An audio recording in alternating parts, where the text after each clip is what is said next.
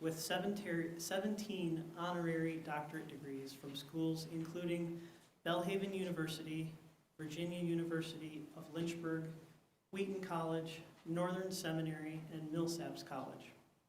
He has served presidential task forces for 5 U.S. presidents, beginning with President Carter and continuing through President Obama. He is the author of 17 books, including the best-selling One Blood, Parting Words to the Church on Race. Our opening words today come from Dr. John Perkins. You've heard the old saying, you give a person a fish and you feed him for a day, but you teach him to fish and you feed him for a lifetime. Well, we've got to ask, who owns the pond? And who polluted the pond? And who built the gates up? And why does a fishing license cost so stinking much?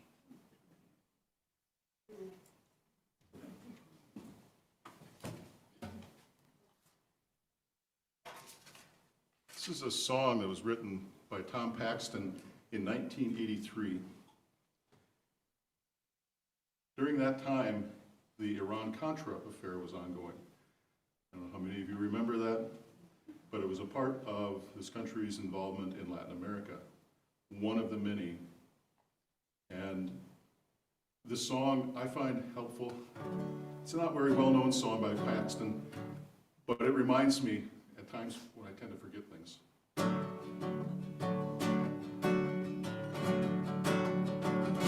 The army comes through. They curse and they prod us with guns. Sometimes they take us away, and that's the end of that. They go where they like in our houses. Their eyes miss nothing of value. And may the Virgin go with you if you've a gun or a knife. But who speaks for me? I who have no voice. Who decides for me? For it seems I have no choice. Do I live? Do I die? Will my family survive? Will the ones who leap down from the trucks with their guns allow us our lives? One question I'd ask if I dared, of the ones who we never see. Guns and dollars are voices for you, but who speaks for me?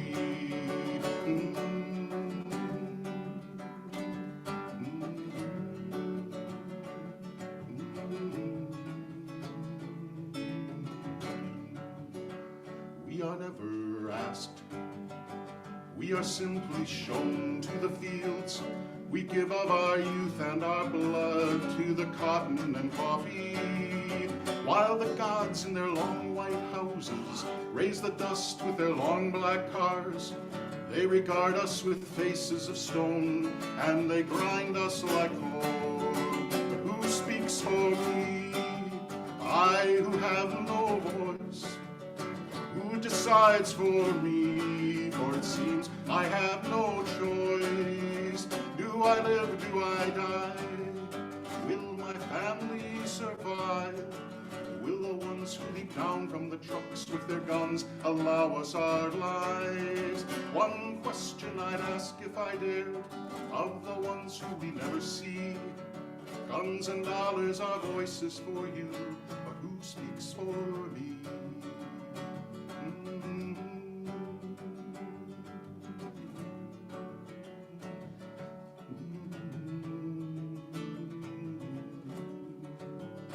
We are born like calves. We are held to be valuable things, gods in the long white houses, and to hear us sing in the heavy air of the evening, while the blossoms flow down the pools. We pluck our guitars for survival, and we smile like fools. But who speaks for me? I who have no voice. Who decides for me? For it seems I have no choice. Do I live? Do I die? Will my family survive? Will the ones who leap down from the trucks with their guns allow us our lives? One question I'd ask if I dare, of the ones who we never see. Guns and dollars are voices for you, but who speaks for me? One question I'd ask if I dared, of the ones who we never see. Guns and dollars are voices for you, but who speaks for me?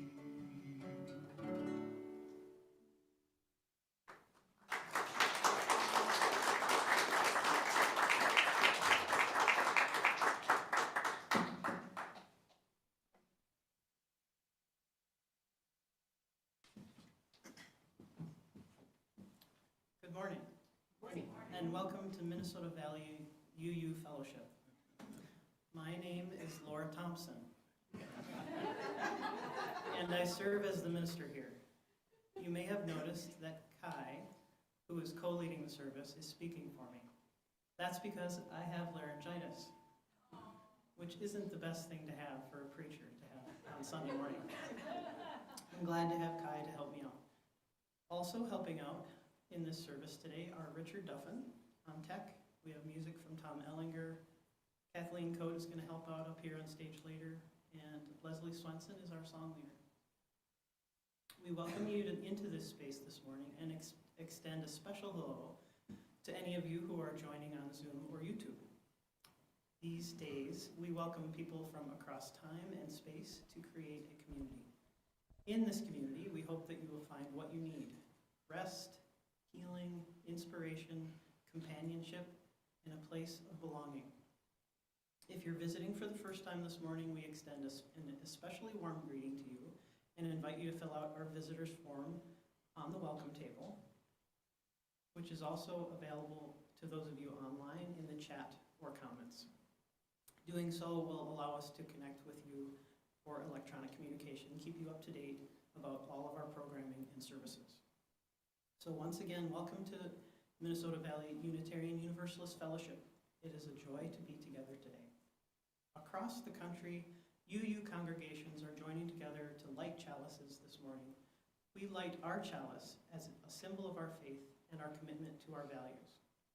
Will you please join me in the words for lighting our chalice this morning? We light this chalice in memory of the courage of those who have struggled for freedom, the persistence of those who struggle for justice, and the love of those who have built up communities to carry on the light of hope. And will you please join in singing our opening hymn, number 357, Bright Morning Stars.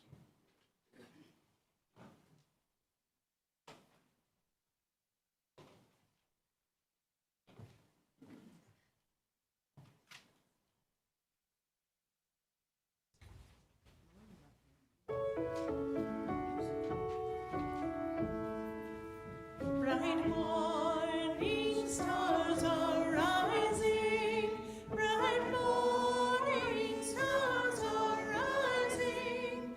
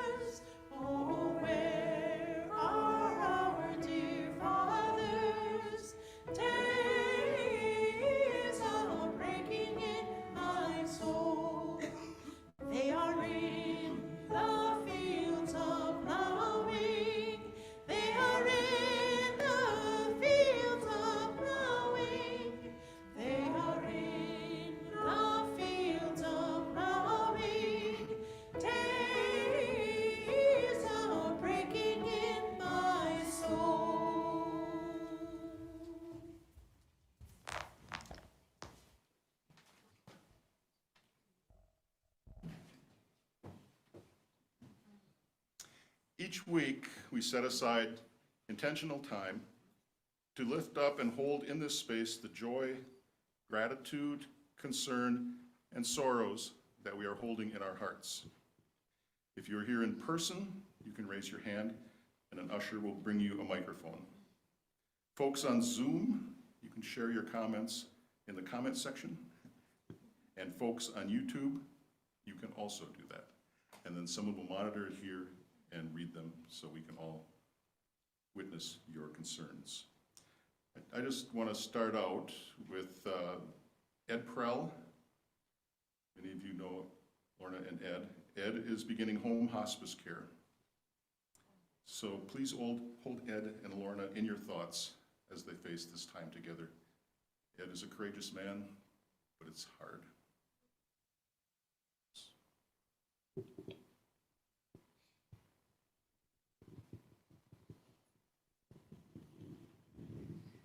Leslie Swenson and I have a joy, and the joy is that this Saturday, women's group is meeting downstairs at 10:30, and we are going to be breaking into two groups, one to talk about Killers of the Flower Moon, if that is what you would like to do, and the other group is going to talk about something I know I need: good books to read, good movies to see,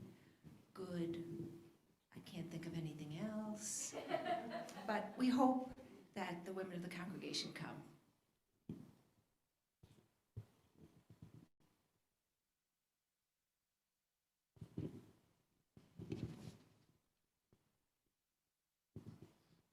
My name is Matthew Schneider. I just want to say that I am very thankful for my partner. We're coming up on our 11th year anniversary, and this is the easiest way that I could surprise her.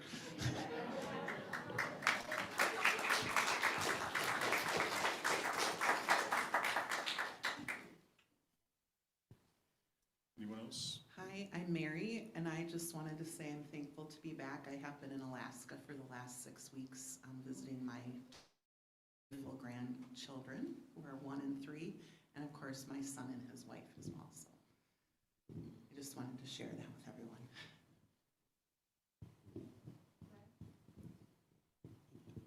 Hi, my name is Holly Bruce, and I serve this congregation on the board. My husband wanted me to let you know that his brother passed away on Wednesday morning. He's not here today, but just to let you know, his brother Bob died on Wednesday.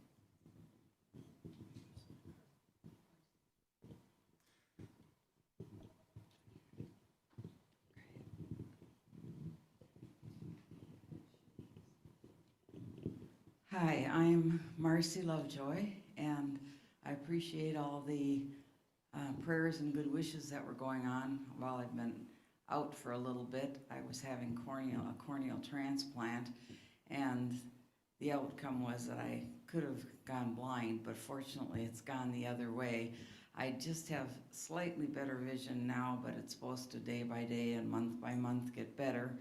And thank goodness my sister came down from Duluth to take care of me, which she does during my health crises. And so, yeah, all that's been a joy, but I'm just so thrilled that the surgeon I really trust and have pretty good faith that I'm going to see well again, because one eye, you know, the right eye is already blind. But yeah, I hear the new corneal cells are pumping well, and my eyes look great inside, especially, I mean, the left one we're concerned with. So again, thanks a lot for having me in your thoughts and prayers. I appreciate it. And it's a real joy to be back.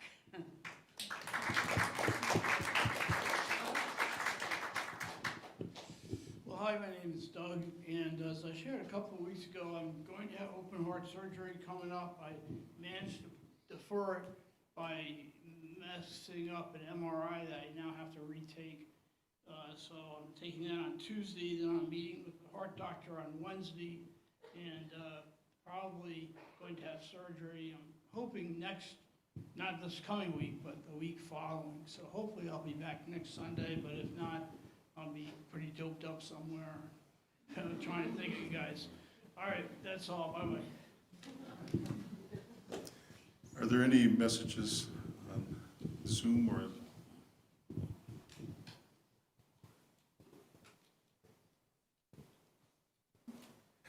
Laura might know how to find this. I don't know how to find them on here, but apparently there aren't. I would mention one other thing before anybody else comes in. Many of you know Mary Waters and McGirt. Last night, Mary was taken to the hospital with blood poisoning and a blood infection of some kind. So please hold her and McGirt in your hearts. If you have more questions, McGirt will be here and you can express your concerns to her if you wish. I'm just a mess. So we hold you and Mary in our hearts, and her cat. Anyone else?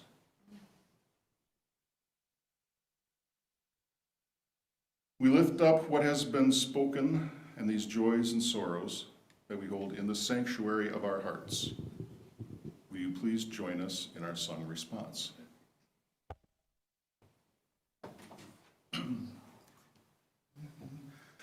And we believe in life and in the strength of love, and we have found a need to be together.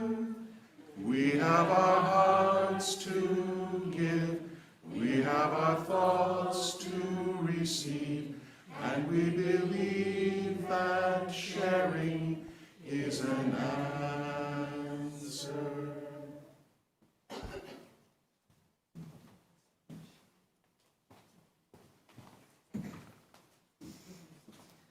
For our centering space today, we offer this prayer from the Reverend Tess Baumberger. Following the prayer, we invite you into a moment of silent reflection. Let us make this earth a heaven, right here, right now. Who knows what existences death will bring? Let us create a heaven here on earth where love and truth and justice reign. Let us welcome all at our pearly gates, our freedom table, amid singing and great rejoicing. Black, yellow, white, red, and all our lovely colors.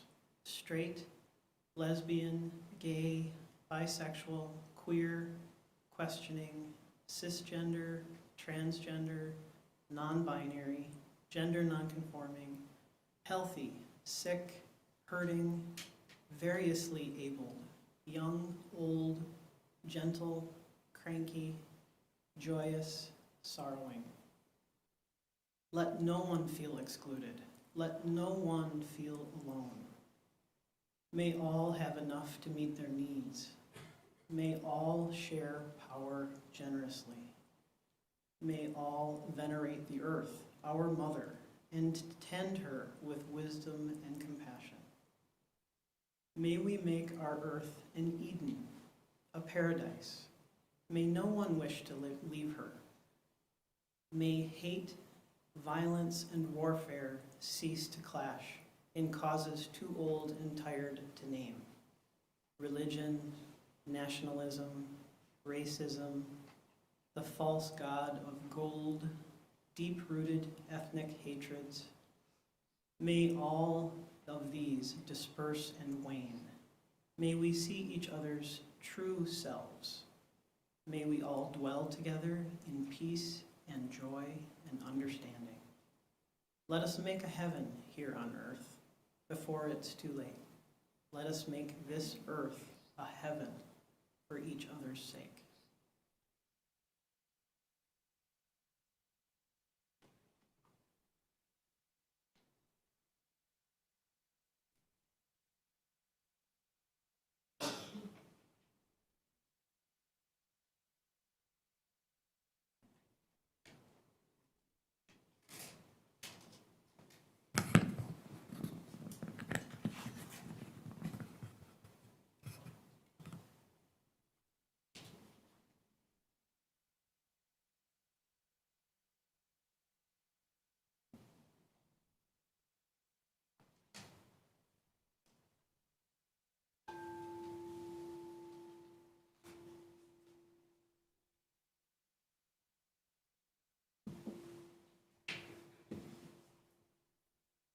For some announcements today. Today is our Super Bowl Sunday fundraiser. So today, following the service, Laura made some soup downstairs.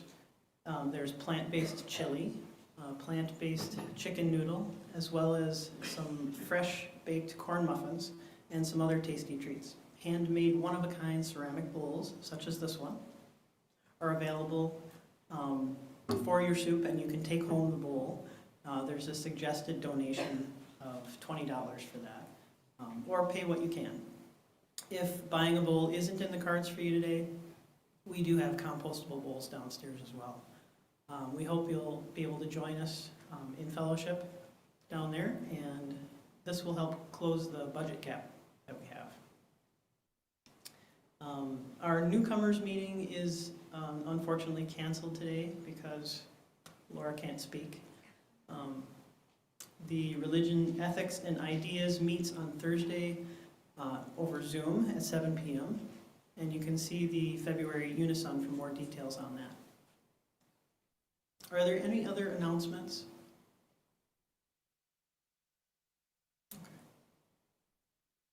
Into the offering space then, this is our last Sunday in February, our last opportunity to have in order to donate and give some cash to Camp Unistar Scholarship Fund. Camp Unistar is a UU family and youth camp located on the island on an island in Cass Lake up north. It's a beautiful place to find adventure and serenity. And will the ushers come forward?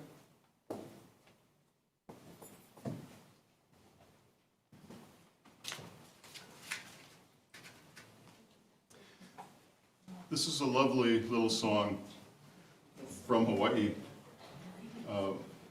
Many of you may know the song. Most of you probably know Hawaii.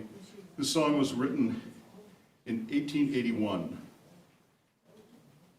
What I didn't know until not too many years ago was that in 1893, the United States took over Hawaii and overthrew their monarch. Despite the requests and petitions of the population, except for a number of white planters. Sanford Dole was one of them. So this is another one of those songs which I love the song, and it helps me remember things that I didn't know before. It does not diminish the beauty of Hawaii in any way, but it's a good thing to remember.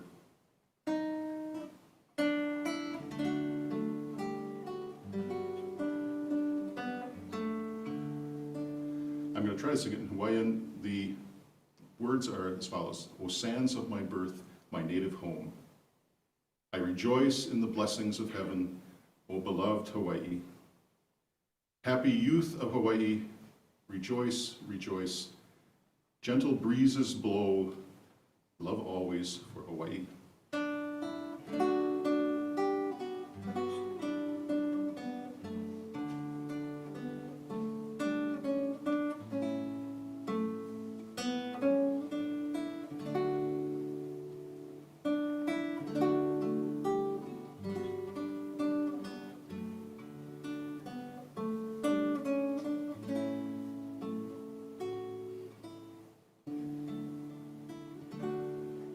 E Hawaii e kune hanaue, kuhome kulaivine, oli noa ina pono lanio. E Hawaii aloha e haoli e nau pio Hawaii nei, oli e, mai na ahe makani I pā mai nei, mau ke aloha no Hawaii.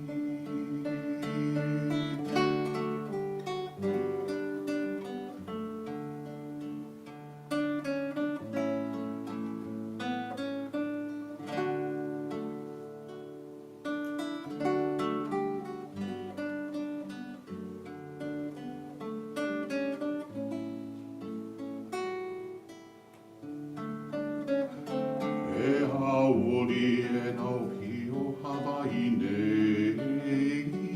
Holy Holy Maina ahea e makani I pamaene Mau ke aloha no Hawaii.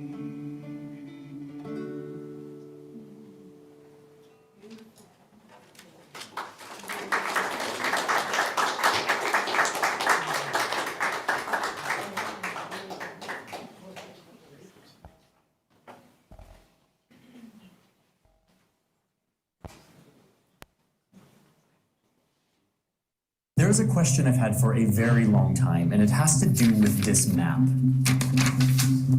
This is a map of the 18 states in the US where Democrats control the legislative and executive branches, or else have some veto-proof majority in the legislature. Democrats in DC often blame the GOP for foiling their progressive vision. When middle-class families see their taxes go up, they'll know Republicans are to blame. But if you zoom into these 18 states, there's effectively no Republicans standing in the way. So my question is, what do Democrats actually do when they have all the power?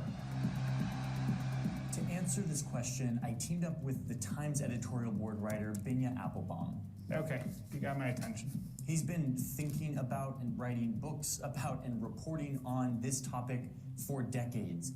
I think, Americans tend to view politics as a competition of us versus them, and they tend to think that if they would just get out of the way, then we can do the things that we want to do. There is no them standing in the way. There's just the we of Democrats and their supporters, and they get to decide what policy should look like in those states, and that is an opportunity for them to implement their vision. For this story, I also delved into this giant document. It is the 2020 Democratic Party platform. If you want to really understand what Democrats say they want, what their vision is for America, it's found inside of this document. This document serves as a guide. As we zoom into these states to answer this question, what do Democrats really do when they have all the power? Nearly 554,000 homeless people from the 25 wealthiest Americans shows they're paying little in income taxes compared to their fortunes, sometimes nothing at all. We cannot, in good faith, blame the Republican Party when House Democrats have a majority. There's still very intense segregation happening in all kinds of forms all over this country. Okay, so let's start with California. To me, California is like the quintessential liberal state. From the state legislature to the whole executive branch to most of the big cities, Dems hold majority control. So what do they do with all this power? Looking at California, you have to look at housing. Okay, now wait, listen. When I hear the words housing policy, I tend to sort of doze off, but Binya insists that housing policy and what is happening in California is definitely worth looking at. You cannot say that you are against inequality in America unless you are willing to have affordable housing built in your neighborhood. And Democrats completely agree here in this document. The word housing is mentioned over 100 times. The neighborhood where you're born has a huge influence on the rest of your life. Children who are born in neighborhoods with degraded environmental conditions, with a lack of access to high-quality public services, poor schools, poor public transit, are at a permanent disadvantage. And they even say verbatim, housing in America should be stable, accessible, safe, healthy, energy efficient, and above all, affordable. Housing is a human right. Housing is a human right. The rent is going through the roof. Housing is a human right. How does California do when it comes to housing? You know where those signs are when you drive into a state, it says, "Welcome to California"? They might as well replace them with signs that say, "Keep out." Because in California, the cost of housing is so high that for many people, it's simply unaffordable. The state has simply, for the most part, stopped building housing. I mean, there are cranes, there's housing going up, but it has slowed down over time really, really sharply, and it is nowhere near sufficient to keep pace with California's population. And so what you have is not enough housing and too many people trying to get it, and the inevitable result is that prices have gone up and away. The median price of a home in San Diego County is now a staggering $830,000. All around Around California, there are cities full of people who say that they are progressive, they're liberals. They believe in a more equal America, a more diverse America. They show up to the marches, they put in the lawn signs about everyone being equal, but at the same time, they're actively fighting to keep their neighborhoods looking like this. Okay, wait, but that doesn't look so bad. It's just a bunch of houses in a neighborhood, right? No, it turns out that this is actually the result of specific policies, intentional policies that keeps these neighborhoods spread out and full of single-family homes, as opposed to higher density buildings like duplexes or apartment complexes. This is a real, serious fight, and you can get a glimpse into it by looking at a zoning map. Yes, we're looking at a municipal zoning map of Palo Alto, California. Don't leave yet. This is really where it sinks in, so just stick around. So everything on this map that is yellow is zoned for single-family homes, like this and this. One family can live here. But here in Palo Alto, there are a lot of new jobs. This is a desirable place to live for new opportunities. Over the past 8 years, the San Francisco area has added 676,000 jobs, but only 176,000 housing units. So a few years ago, the city council voted to change the zoning of one section of the city right here. Specifically this 2-acre plot of land. They wanted to change it from low-density housing to higher-density housing so that they could build a 60-unit affordable housing complex for elderly members of the community. Okay, so they changed the zoning. Start building the 60-unit complex. No, the overwhelmingly liberal residents of Palo Alto decided to hold a vote to overturn the decision, to revert it back to low-density, single-family housing, back to yellow. And it passed, and the zoning was overturned. So now when you go to this plot of land, instead of an affordable housing complex for the elderly, what you're gonna see is this. A row of just a few houses, all of them massive and worth around $5 million each. I think people aren't living their values. You go to these meetings in these neighborhoods where they're talking about a new housing project, and it's always the same song, and it goes like this. I am very in favor of affordable housing. We need more of it in this community. However, I have some concerns about this project. We have the hearts to do this, but we're doing it wrong, and we're dictating and harm onto the neighborhoods. And then off we go with the concerns, and then nothing ever gets built. This is happening all over California. And the result is that these neighborhoods are so expensive that they keep anyone out who isn't a part of this small group of super rich residents, many of whom bought their properties decades ago, and who spend their time fighting vigorously to keep the value of their real estate assets super high. If you want to keep Palo Alto the kind of neighborhood and community that we all treasure, low intensity, low density, safe for kids to walk to school, you've got to vote against Measure D. There's an aspect of sort of greed here and of nervousness about actually sharing those opportunities. Let's go to another liberal bastion up here in Washington State.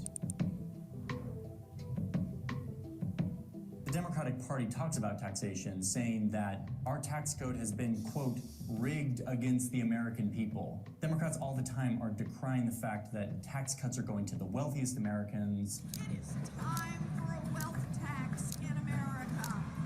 Democrats believe in a progressive tax system where the rich pay a larger share of their income than the poor. This is like the most basic policy vision of like a progressive movement. It's front and center in Democrats' policy platform. But if you go and look at Washington State, what you find is that in Washington State, if you look at the state and local taxes that people pay there, less affluent families pay a much larger share of their income in taxes than the wealthiest residents of Washington State. So people like Bill Gates and Jeff Bezos, two of the state's most famous and wealthy residents, are in this lovely situation of paying less in taxes as a share of their income than the poor people who live in that same state. And this is a fundamental inversion of the values that the Democratic Party professes. There's no state with a more regressive system of taxation than Washington State. And I'm talking like the most regressive, meaning Texas, which is like the conservative bastion of like anti-taxes, is more progressive than Washington State, liberal Washington State. How is that real? Oh, and guess what? Other states on our map also are in the top 10 of most regressive tax regimes, like Nevada and Illinois. There have been some changes, particularly in recent years, but the overall situation remains resistant to change. So I'm very concerned that at this time, which is a very poor time to disincent people from creating jobs in Washington State, that we're even considering it. From that paycheck that you earn, more of that money is going to state government, and so the effect of that is basically to exacerbate inequality. Okay, so rich liberals don't show up when it comes to housing or taxes. Another major theme in this policy document is education. And the wording in here I find quite interesting. The Democrats say, quote, "We must provide world-class education in every zip code to every child because education is a critical public good." They use this word zip code to represent the fact that in America, schools get their funding based on the real estate taxes of the houses within that school district. The more expensive the neighborhood, the more funding goes to the school. So over here in Illinois, which is like the quintessential liberal state, there's this one county that contains the city of Chicago. It's called Cook County. The residents here voted overwhelmingly for Democratic candidates in the presidential and senatorial elections last year. Often what would happen is that this would just be one big school district, and that all the taxes from all the towns in this county would be put into one bucket and distributed equally throughout the county. But the residents of this very blue Democratic county have actually decided to divide themselves into more than 140 school districts. So now you have all these tiny school districts like this one, which are like gerrymandered around the richest part of town. And so all of the taxes from these rich homeowners go into one little bucket and then only get distributed to the schools within this rich region of the county. It can be on the same block that the town line runs through the middle of it. And if you live on one side of that line, you're consigned to an inferior education by virtue of the fact that you and your neighbors don't have as much money. And if you live on the other side, you're basically a member of a club that is sponsoring a private school, essentially, for the benefit of that small group of kids who are lucky enough to live in that affluent community. And the result is that poor communities have less money to educate their children, and rich communities have more money to educate their children. This is crazy. It means basically that the kids who have the greatest needs have the fewest resources. The same thing is happening in wealthy, liberal Connecticut, where the inequality in education opportunities is shameful, with some schools having huge budgets for their libraries and facilities, and others in the same state having to use duct tape to keep wind and snow out of their windows. Like, this is a real thing. We need your help in establishing guidelines, procedures, and funding to address issues negatively impacting our students, like extreme temperatures, mold, lead exposure, and poor water and air quality. So yeah, Binya tells me that the states could change this. They could actually just collect all the real estate taxes and then equally distribute them. But if you look at some of our liberal strongholds, that is exactly what they are not doing. Let me be clear about something. In blue states, progress is being made, albeit slowly. For instance, a few weeks ago, California finally passed a law that gets rid of single-family zoning. It's a small step in the right direction, and in many cases, blue states provide more and better public services, and historically have given better chances to low-income families to climb the economic ladder. But for some of these foundational democratic values of housing equality, progressive taxation, and education equality, Democrats don't actually embody their values very well. We're talking, once again, about a system that's been rigged. Republicans today are to blame. What we're talking about here is that blue states are the problem. Blue states are where the housing crisis is located. Blue states are where the disparities in education funding are the most dramatic. Blue states are the places where tens of thousands of homeless people are living on the streets. Blue states are the places where economic inequality is increasing most quickly in this country. This is not a problem of not doing well enough. It is a situation where the blue states are the problem. Affluent liberals tend to be really good at showing up to the marches and talking about how they love equality. They're really good at putting signs in their lawns saying that all are welcome here. But by their actions, what they're actually saying is, yes, we believe in these ideals, just not in my backyard. We are not living our values. People who live in blue states, people who profess liberal values, you need to look in the mirror and need to understand that they are not taking the actions that are consistent with those values, not just incidentally, not just in small areas, but that some of the most important policy choices. We are denying people the opportunity to prosper and to thrive and to build better lives And it is happening in places where Democrats control the levers of policy.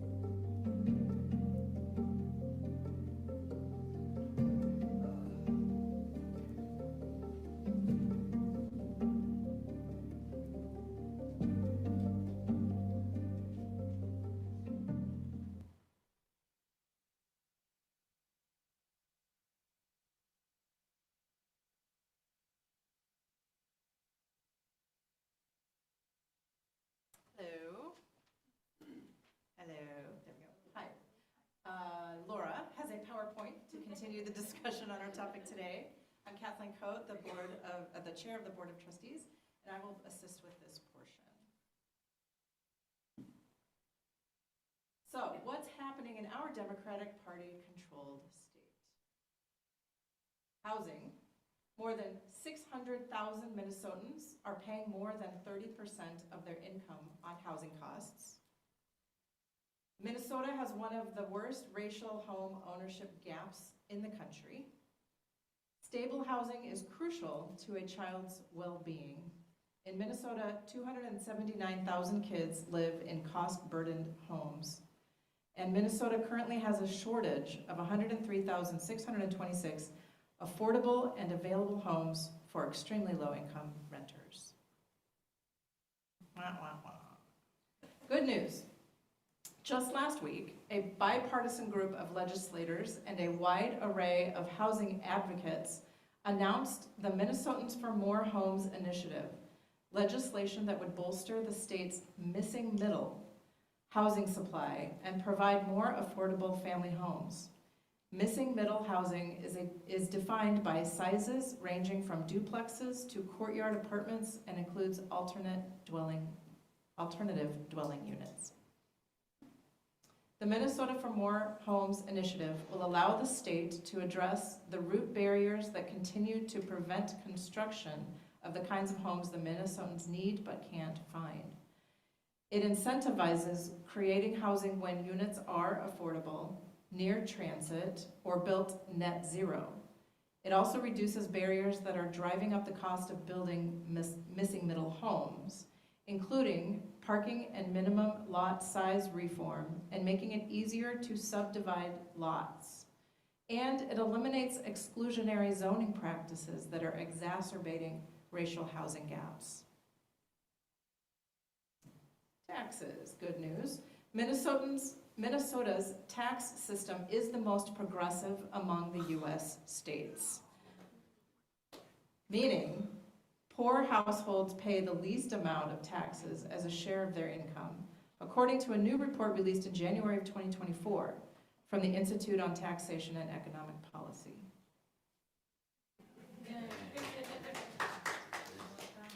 Education. Minnesota Department of Education statistics point to Black and other students of color scoring 30 points or more lower on achievement tests compared to whites. In 2019, the U.S. Department of Education ranked Minnesota the worst in the nation for racial disparities. Our educational disparity also highly affects those with socioeconomic disadvantage. So, we have some questions for you. How do you feel about the inequalities we have in housing and education, is the first question. How has this become injustice that we tolerate?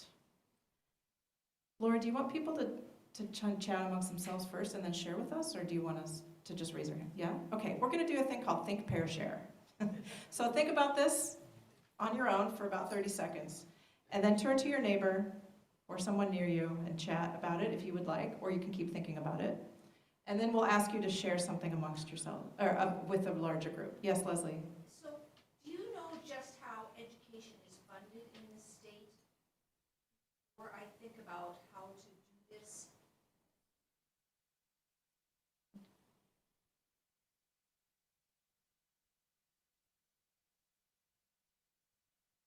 We think it's similar to what the Chicago model is, where you have a county like Hennepin. Steve is saying no. So I know wasn't it under Jesse Ventura that he stopped local taxes from funding the schools? Maybe we need to talk about this as a large group first. Can Can we get microphones? Yeah, that would help. Thank you, Leslie. Because I know there's a Bloomington Independent School District.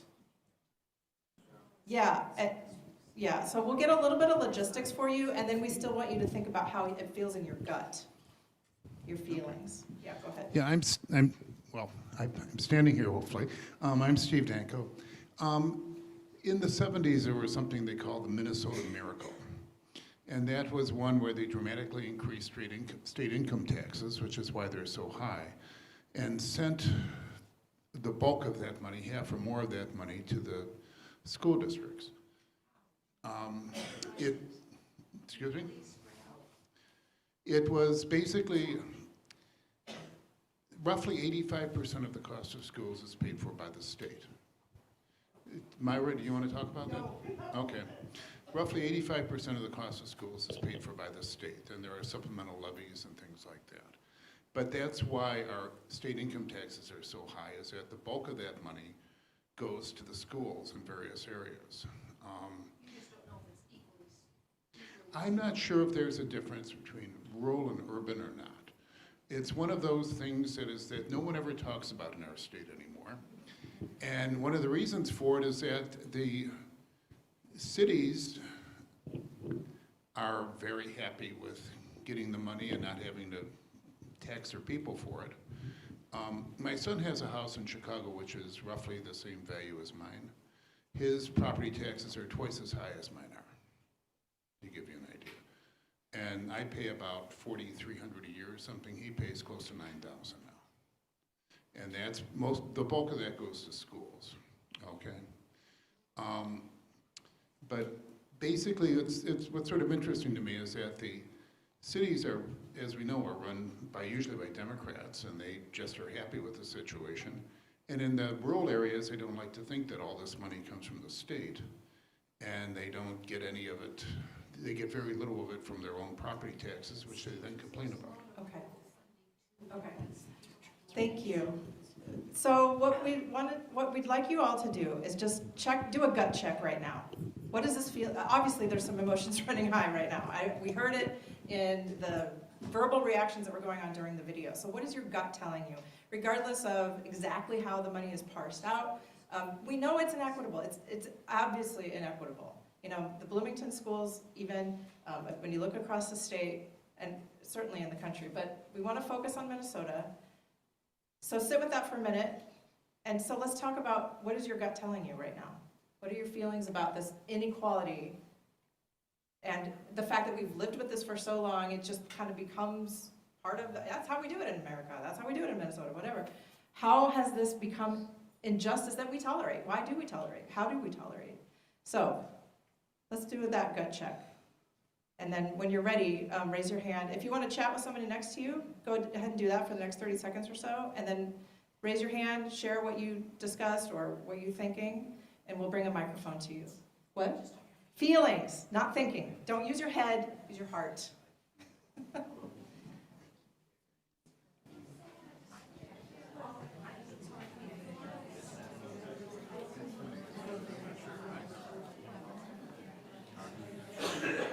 We'll give you about 20 more seconds.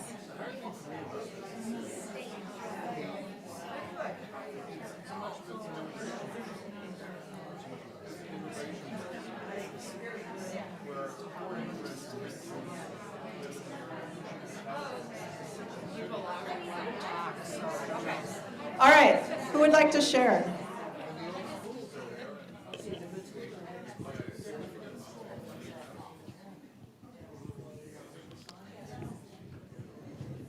Hi, I'm Lee. Does your mic work? Oh, wait, we have one. Well, let's do first, and then you'll be next, Lee. Thank you. So I just wanted to say, in terms of feeling, so I'm 37, and I'm part of numerous social classes that are disadvantaged, disabled, queer, transgender, these groups.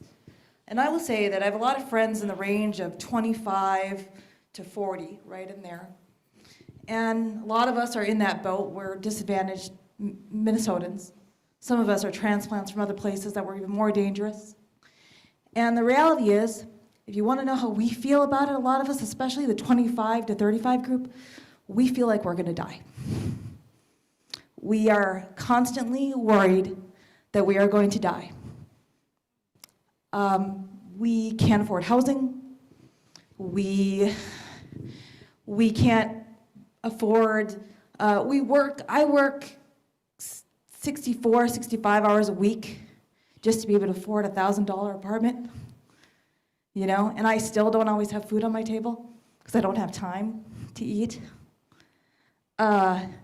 We're afraid not only that we're gonna die possibly because many of us have mental illness, because of the stress of this, but we feel like we don't have a future. We feel like we can't have families. There isn't time, there isn't space, there isn't room. We feel like we're forgotten. We feel like we feel the urge to do something about it. We want to do something about it. We know how to do it, but we don't have the time, the health, and the energy to go out and be the change. And so we sit there, many of us, myself included, and many of my friends, we struggle with just mental health that makes us feel like we're not going to make it one way or the other. And even if we do make it, because we have no savings, we have no retirement, we have no support for our end-of-life care, and we can't produce children and other supports underneath us to support us, we not only feel like if we live long enough, we feel like that quality of life is going to be worse than if we died young. And many of us hope that we're going to die young as a result. Because we don't want to deal with what we know is coming if we don't do something. Thank you.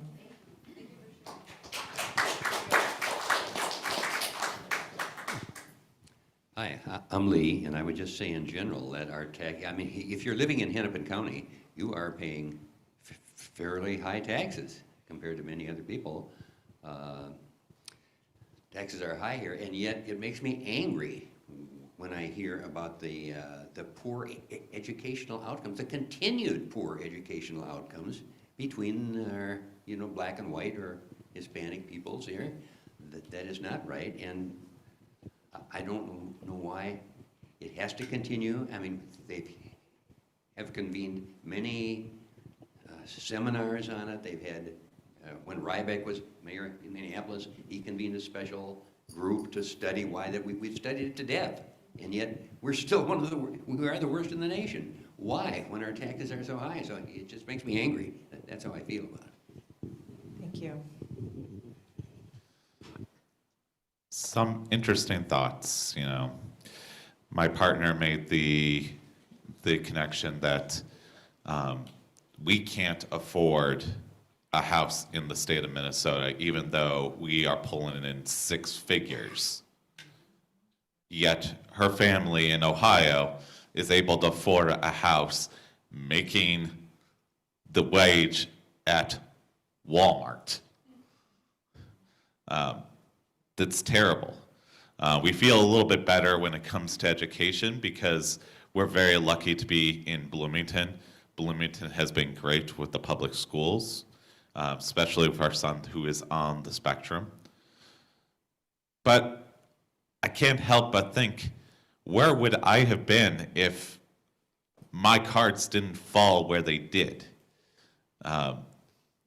I only have an associate's degree, not even in what I do for a living. And somehow I've gotten to a point where I'm actually able to support one child, one partner, and paying close to $2,000 a month for housing. It is unreal. And I know that there's no easy answers for it. The one last thought that I will leave you with. Back when I worked for the Minneapolis Park and Recreation Board, some of the parks that were connected to schools, I noticed that the rich schools, all the parents donated money directly to the schools which raised them up. In the poor areas, the state, city grants, county grants lift up those lower income schools. But the school that my park was attached to got squat. because they lived in an area where they were not disadvantaged enough to get money, but their community wasn't rich enough to write a check for $10,000 at a crack.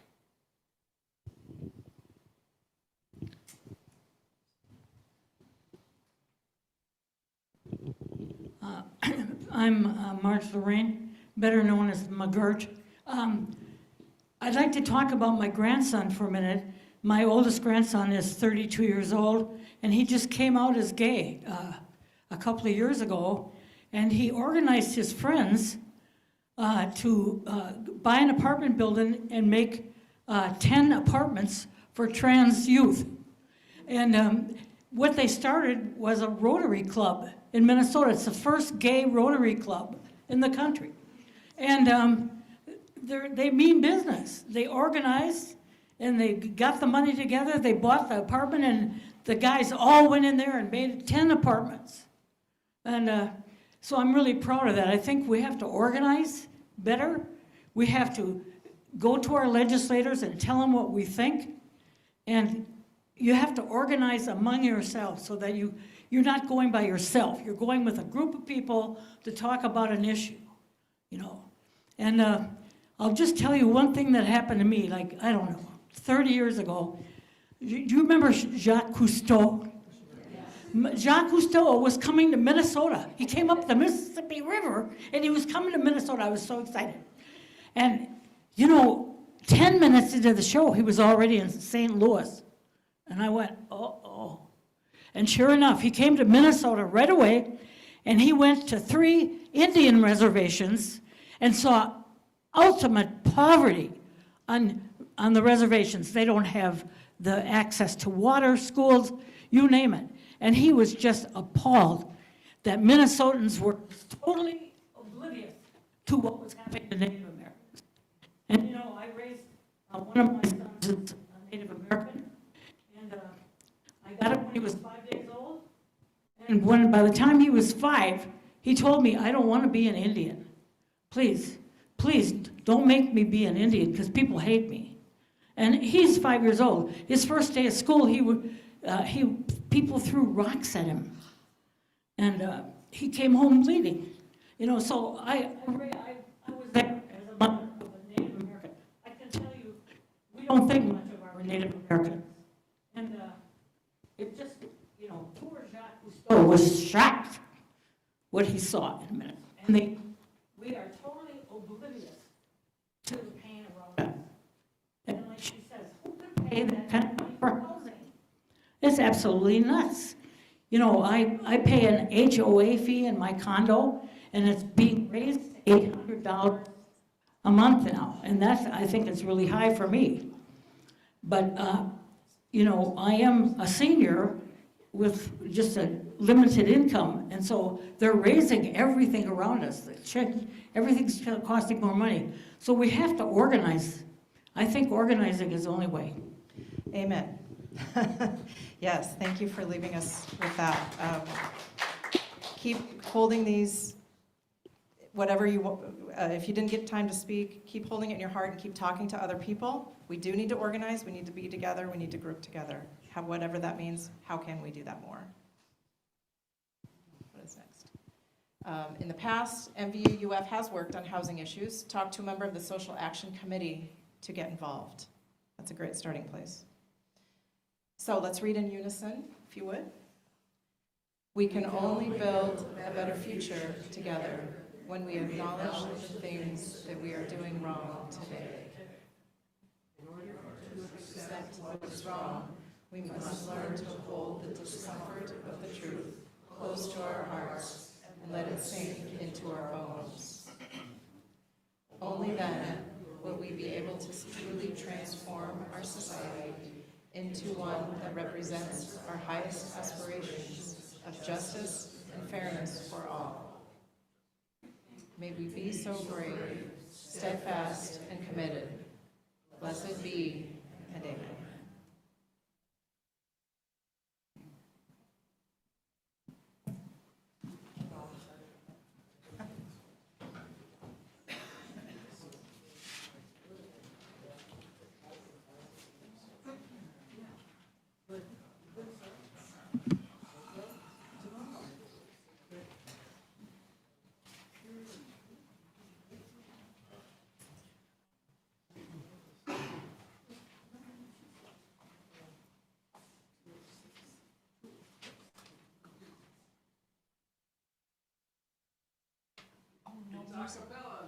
Oh, all right, here's our starting vote. How about Amazing Grace, how sweet the sound that saved a wretch like me. I once was lost, but now am found, was blind, but now I see. 'Twas grace that taught my heart to fear, and grace my fears relieved. How precious did that grace appear the hour I first believed. Through many dangers, toils, and snares, I have already come. 'Tis grace that brought me safe thus far, and grace will lead me home. When we've been there 10,000 years, bright shining as the sun, we've no less days to sing God's praise than when we first begun. I'm sorry, but you all need to try out for the choir.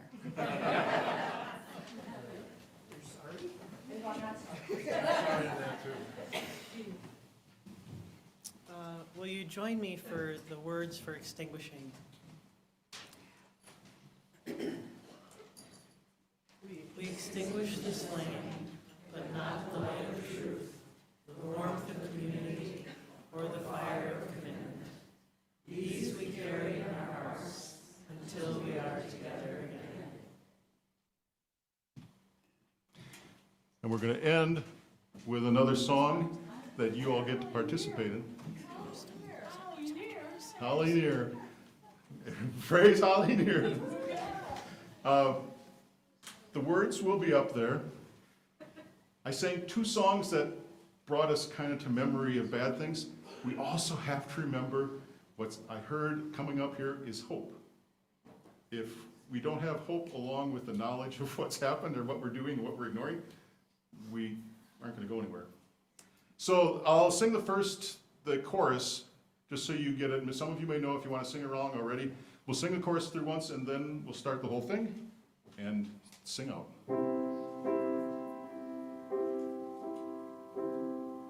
I am open and I am willing, for to be hopeless would seem so strange. It dishonors those who go before us, so lift me up to the light of change. Every verse is the same. I am open and I am willing, for to be hopeless would seem so strange. It dishonors those who go before us, so lift me up to the light of change. There is hurting in my family, there is sorrow in my town, there is a panic all across the nation, and there is wailing the whole world round. But I am open, and I am willing, for to be hopeless would seem so strange. It dishonors those who go before us, so lift me up to the light of change. May the children see more clearly, and may the elders be more wise. May the winds of change caress us, even though they burn our eyes. But I am open, and I am willing, for to be hopeless would seem so strange. It dishonors those who go before us, so lift me up to the light of change. Give me a mighty oak to hold my confusion, and give me a desert to hold my fears. Give me a sunset to hold my wonder, and give me an ocean to hold my tears. Give an open, and I am willing, for to be hopeless would seem so strange. It dishonors those who go before us, so lift me up to the light of change.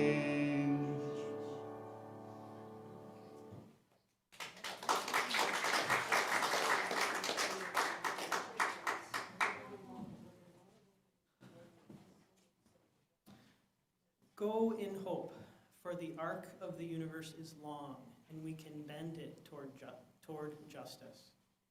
Go in courage, for together we have the strength to confront injustice in our daily lives and the larger world. Go in love, because a holy and generous love is both the reason and the means by which we transform our lives.